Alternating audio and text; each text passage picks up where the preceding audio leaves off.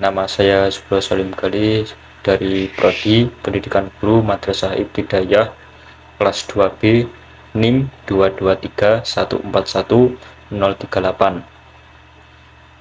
Video ini saya buat guna memenuhi tugas ujian akhir semester mata kuliah bimbingan dan konseling yang diampu oleh Ibu Khalifatul Hasanah.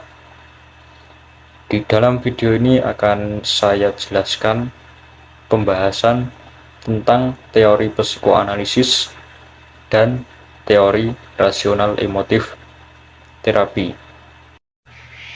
Pendekatan psikoanalisis dalam bimbingan dan konseling.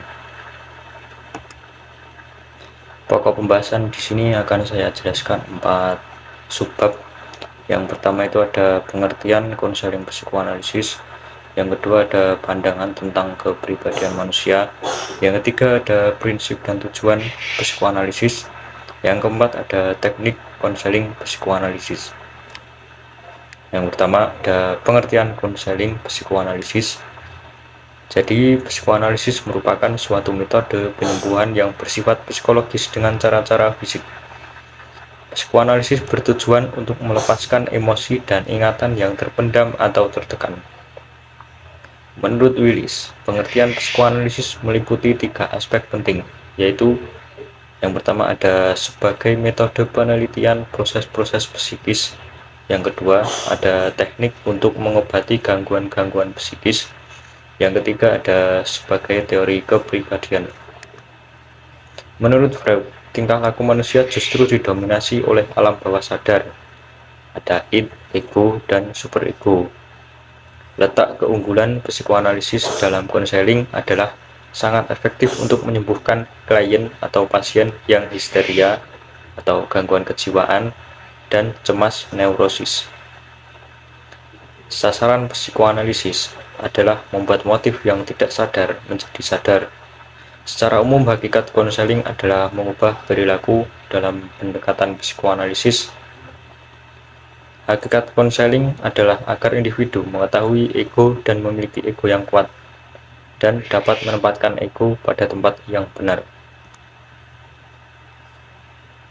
Pembahasan kedua ada pandangan tentang kepribadian manusia. Menurut Freud, tingkah laku manusia ditentukan oleh kekuatan irasional, motivasi bawah sadar, dorongan biologis dan insting, serta kejadian psikoseksual selama 6 tahun kehidupan. Freud percaya bahwa dorongan seksual dan agresif adalah kekuatan yang menentukan tingkah laku manusia. Alam kesadaran terbagi dalam 3 tingkatan, yaitu yang pertama ada alam sadar, yaitu bagian yang berfungsi mengingat, menyadari, dan merasakan sesuatu secara sadar atau nyata.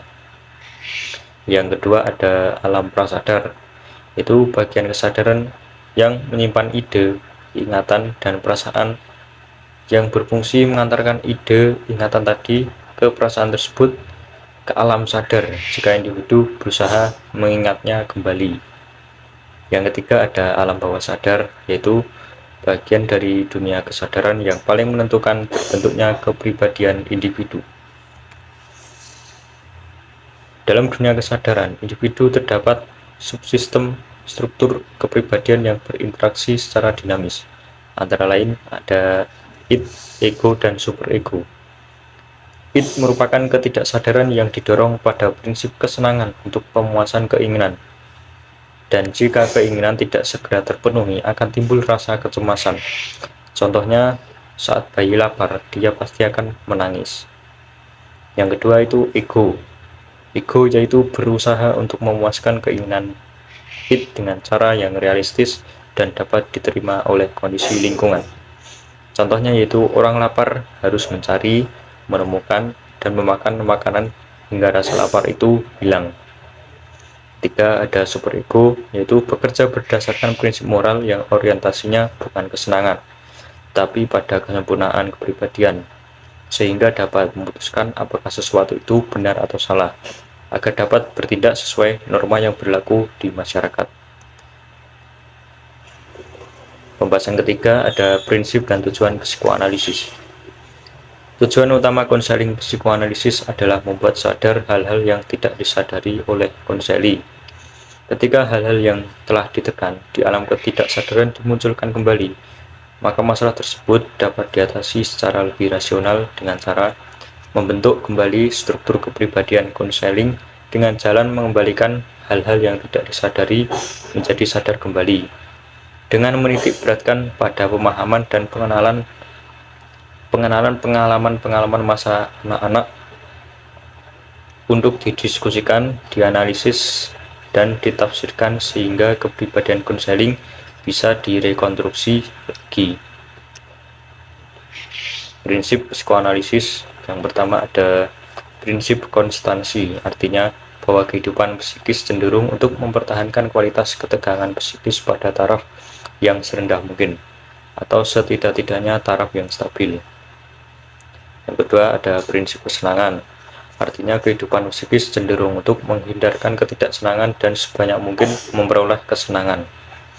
Yang ketiga ada prinsip realitas, yaitu prinsip kesenangan yang disesuaikan dengan keadaan nyata. Pembahasan keempat ada teknik konseling psikoanalisis. Teknik yang pertama ada teknik analisis kepribadian. Pendekatan dinamika penyembuhan gangguan kepribadian dilakukan dengan melihat dinamika dari dorongan primitif terhadap ego dan bagaimana superego menahan dorongan tersebut. Yang kedua ada hipnotis, bertujuan untuk mengeksplorasi dan memahami faktor ketidaksadaran yang menjadi penyebab masalah. Teknik ini telah banyak ditinggalkan karena tidak semua orang dapat diajak ke alam ketidaksadaran. Selain itu, hasil tidak bertahan lama karena setelah sadar, penyebab masih tetap ada dan mengganggu. Yang ketiga ada asosiasi bebas, merupakan suatu metode pemanggilan kembali pengalaman-pengalaman masa lalu dan pelepasan emosi-emosi yang berkaitan dengan situasi traumatis dari masa lampau. Asosiasi bebas bertujuan untuk meninggalkan cara berpikir yang biasa menyensor pikiran. Dengan cara ini, id diminta bicara, sedangkan ego dan superego tinggal diam. Yang keempat ada analisis resistansi, yaitu melakukan analisis terhadap sikap resisten konseli.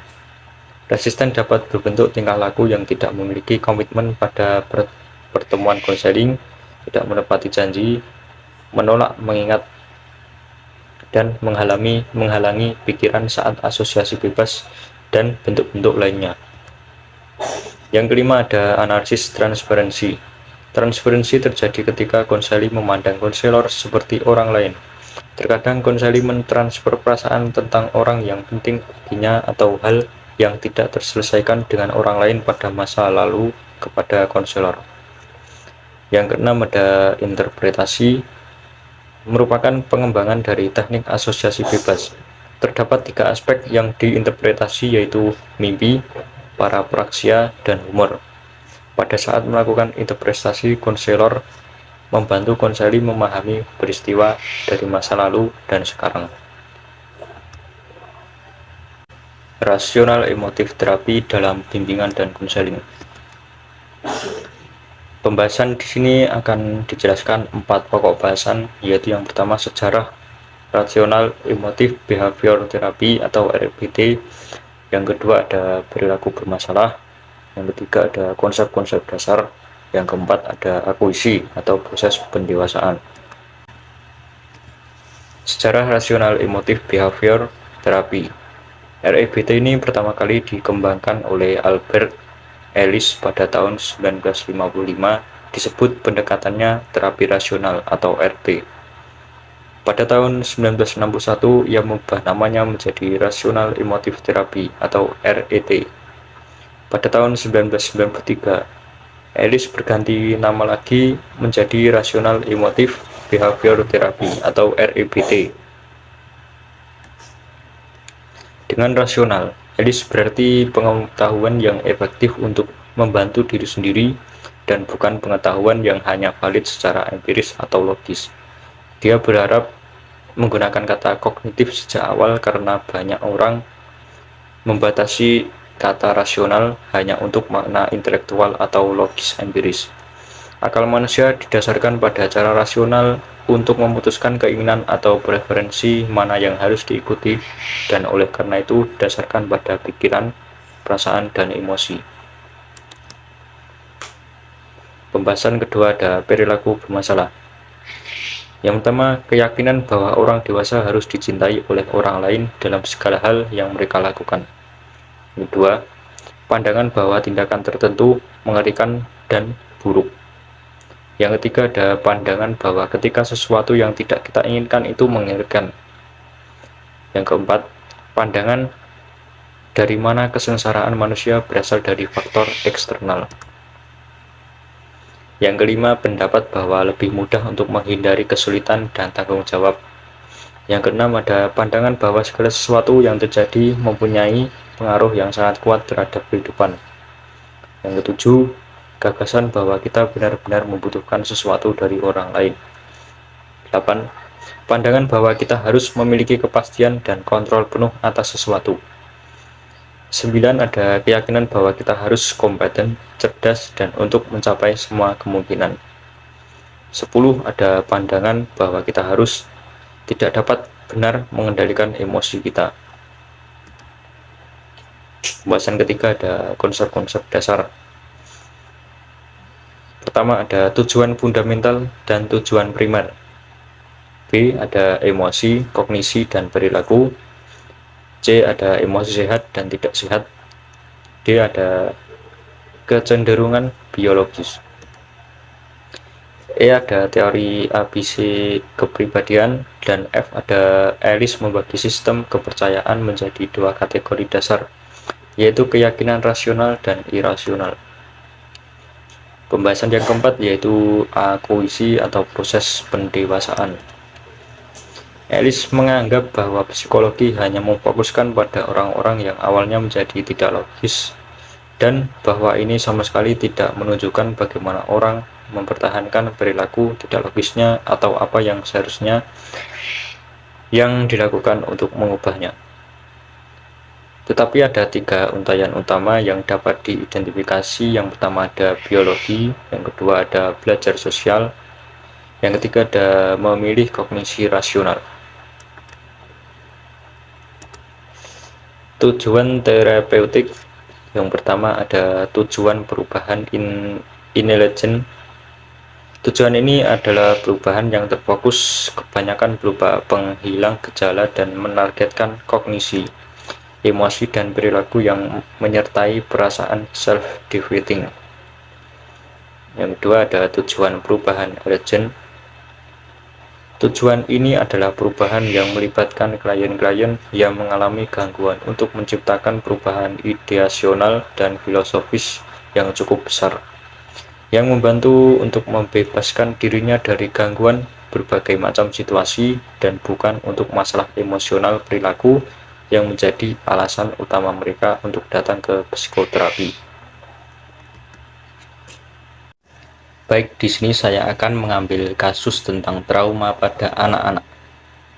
Trauma disebabkan oleh kejadian yang begitu negatif hingga menghasilkan dampak berkepanjangan pada stabilitas mental dan emosional seseorang. Beberapa contoh kasus trauma yaitu ada kekerasan, pelecehan seksual, penyakit atau kecelakaan, bencana alam, atau kematian seseorang.